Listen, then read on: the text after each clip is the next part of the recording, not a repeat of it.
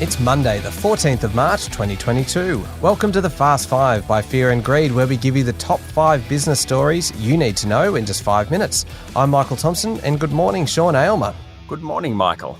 Sean, 5 stories in 5 minutes. We better get into it. Story number 1, the main story today really is the bombardment of Ukraine's capital, Kyiv. Russian forces are getting close to sacking the city. This is almost 3 weeks into the war. That's right, Michael. Of course, capturing Kyiv would give Moscow control of a large part of the north of the country and debilitate the government of President Volodymyr Zelensky, which is still operating out of the capital. Mr. Zelensky sent out a video message over the weekend saying Russia could not conquer Ukraine, but the situation is certainly looking grim. In the south, the humanitarian crisis in the besieged port city of Mariupol continues, with hundreds of thousands of civilians trapped behind enemy lines. The city has been without much food, water or electricity for several days, and humanitarian shipments have been blocked, though some were due to pass through this morning Australian time. Now, over the weekend, Russian President Vladimir Putin rejected appeals from French and German leaders to de-escalate the attacks. The G7 nations said they'd end normal trade relations with Moscow.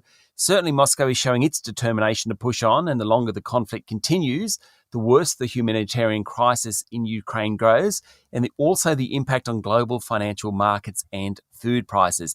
In fact, the UN Food Price Index, which was released over the weekend, has hit an all-time high. It was already at an all-time high before the conflict began, but of course, Russia and Ukraine are among the top 3 global exporters of wheat, maize, rapeseed, sunflower seeds and sunflower oil, so prices are going up even further.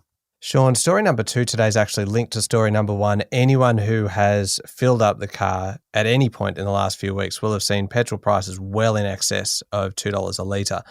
And some research released by investment bank Morgan Stanley says that these soaring petrol prices are going to cost the average household somewhere in the vicinity of around $1,100 a year. Quite extraordinary. Incredible. And it's about $12 billion in aggregate, Michael, which certainly will put a dent in the economic recovery in Australia.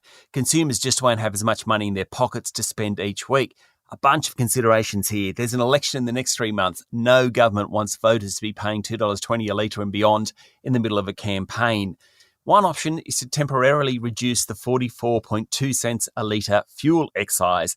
Last week, Treasurer Josh Frydenberg was very non-committal about that one, though the Prime Minister Scott Morrison yesterday left open the option of doing something in the budget, which is due in a little over 2 weeks. Problem is, once you take that excise off, it's really hard to put on again, and the money pays for tens of billions of dollars worth of infrastructure, roads, bridges, urban projects, that type of stuff. Of course, petrol prices will feed through to higher headline inflation and to some extent underlying inflation, and that'll put more pressure on the Reserve Bank to lift interest rates. And oil prices, notwithstanding they came off just a touch late last week, are still very, very high. Sean, story number 3 is one for the online shoppers. Instant delivery, or kind of delivery within a couple of hours, so pretty close to instant. Uber's delivery business in Australia, I was blown away by this, is now bigger than its ride-sharing business. Yes, that's right. And now Uber has done a deal with logistics group ShipIt to allow retailers like Sephora, Kathmandu, Big W, Target, Harvey Norman to deliver within the hour. Now, Australians spent a record $50 billion online in 2020, and the hardest part for retailers is fulfillment, particularly the last mile between the shop and homes. There's a bunch of companies trying to fill that role. The big guys, global players, Uber, Amazon, DoorDash. There's local companies like Menulog, Deliveroo and Aussie Post. There's also some new players.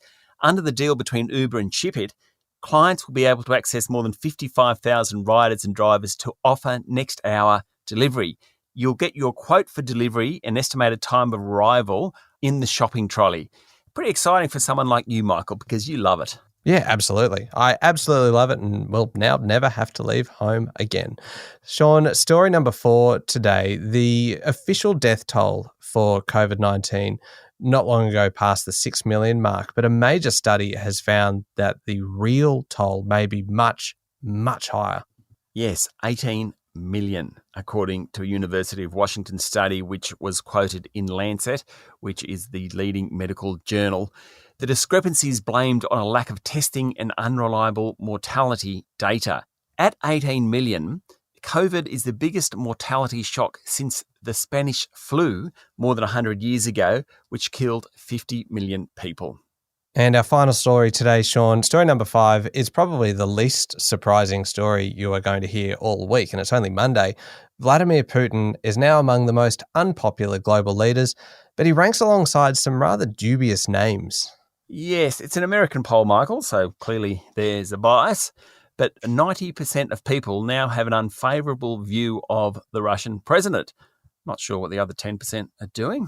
Anyway, not many global leaders can say they've achieved that. Some that have: Osama bin Laden, Saddam Hussein, Kim Jong-un, Fidel Castro, and the Ayatollah Khomeini. That is quite a rogues gallery. Now, Mr. Putin isn't quite as unpopular as Osama bin Laden and Saddam Hussein, but he's not far off it. All right, there we go. The top 5 business stories in 5 minutes. Thank you very much, Sean. Thank you, Michael. It's Monday, the 14th of March, 2022.